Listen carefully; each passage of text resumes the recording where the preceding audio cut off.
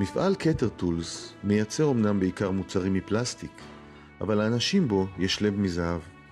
בדיוק כמו שהם משקיעים במוצרים שלהם את התכנון המושלם, בדיוק כמו שכל חלק בארגז הכלים שלהם נמצא בדיוק במקום בו הוא צריך להיות.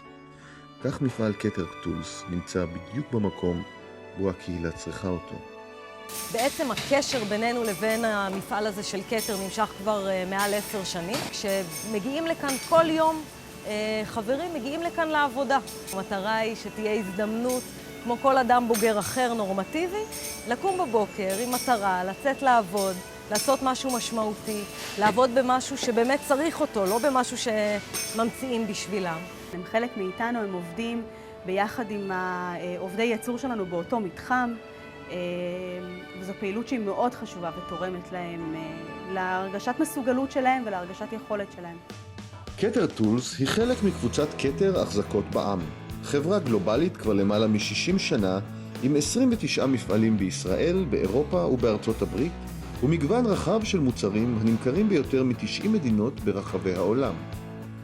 כתר טולס היא אחת מהחברות המובילות בעולם בייצור ציוד פלסטיק לאחסון כלי עבודה, המוכיחה את מחויבותה לחדשנות, לאיכות ולעיצוב מוצרים מובילים בתחומם, ופועלת בהתמדה להמשיך ולספק מענה מיטבי לצרכים הייחודיים של לקוחותיה ושל כלל הצרכנים. אנחנו דואגים להזכיר כל הזמן לאנשים שלנו, למנהלים ולעובדים, לראות מה קורה מסביבנו, ולהבין האם אנחנו יכולים גם לתרום ולתת, כי הנתינה היא חוזרת אלינו בחזרה ויוצרת תחושה גם של מחויבות לארגון וגם של מחויבות לקהילה. עובדי מפעל כתר טולס מאמצים בחום כבר כמה שנים את מועדונית ורד, מסגרת אליה מגיעים מדי יום ילדים ממשפחות מצוקה. ילדים מתוקים, קטנים מאוד, אני חושבת שהם בגילאי 5 עד 10, 12 בערך. הגענו לשם גם עם כל מיני מתנות, עם ממתקים, חבילות שלמות, שאגב, החבילות והמתנות הן כולן תרומות של העובדים, לא של כתר. וזה פשוט מקסים לראות את הילדים, גם מקבלים את המתנות האלה, אבל לא המתנות כמו היחס של העובדים שמגיעים ויושבים עם הילדים, משחקים איתם, לעשות להם ציורי פנים, לאפר את הבנות. הפעילות הזאת נותנת לילדים האלה תחושה שרואים אותם, תחושה שהם חשובים, שמגיעים אנשים ומפנקים אותם, שזה מאוד מאוד משמח אותם. בכתר טולס החליטו לעשות כל שביכולתם על מנת שגם אנשים עיוורים יוכלו לראות את האור. ולכן העבירו חלק מהפעילות לכמה מרכזי שיקום בצפון לאנשים עם ליקויי ראייה. נותן עבודה לאנשים מוגבלים, לאנשים שהם עיוורים,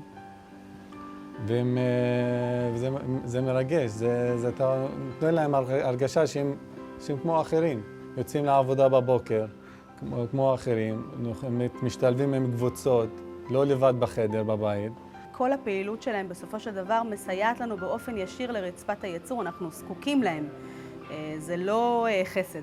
איפה שאנחנו נראה שבו אנחנו יכולים לבוא ולעזור לאנשים, שם אנחנו נהיה. יום המעשים הטובים הוא יום מאוד מוכר וידוע, והיה לי מאוד חשוב שהעובדים שלנו ייקחו בו חלק. באמת סברינה שלחה מייל של יום המעשים הטובים, שאנחנו צריכים להגיע לעשות כתיף. נכתוב ביחד, נעמוד, כתף אל כתף, מנהלים, עובדים, מכל הדרגים של החברה.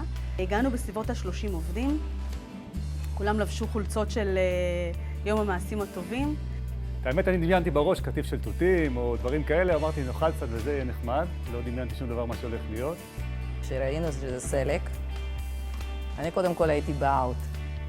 כתבת פעם סלק? הגעתי עם חולצה לבנה, עם הג'ינס החדש. אתה יודע, אתה הולך לסופר, זה נראה לך, אתה לוקח סלק, שם אותו בזה, הכל בסדר, אבל להוציא אותו מהאדמה, לשלוף אותו, אחר כך להוציא לו את הגיבול. מתכופף, הגב כואב, הידיים כואבות, אנחנו לא קיבלנו לא כפפות, לא סכינים. לכל מקום שהסתכלנו, סלק. סלק זה ירק מאוד מאוד מלכלך. אבל הרגשה הטובה זה אני עושה את זה למען משפחות הנזקקות. בסופו של דבר הסלק הזה יגיע לשולחן של מישהו, למשפחה שצריכה אותו, ושתוכל לספק להם ארוחת צהריים חמה. זה עשה לי הרגשה טובה.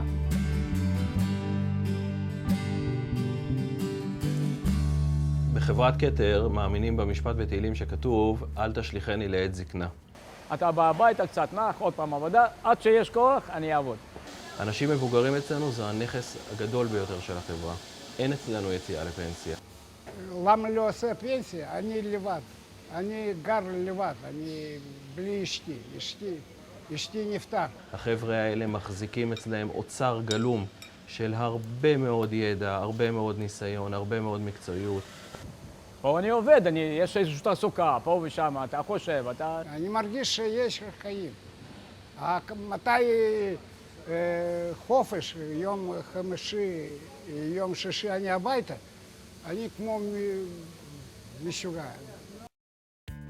טולס וכתר מחויבים לפרויקטים של תרומה לקהילה כחלק מה-DNA של המפעל שלנו, כחלק מהעשייה השוטפת והיומיומית שלנו. אני חושב שזו האחריות שלנו כארגון מוביל, כחברה מובילה, כחברה שיש לה בסיס איתן, לבוא ולתת ולתרום. זו הרוח של הבעלים ואנחנו מממשים אותה הלכה למעשה.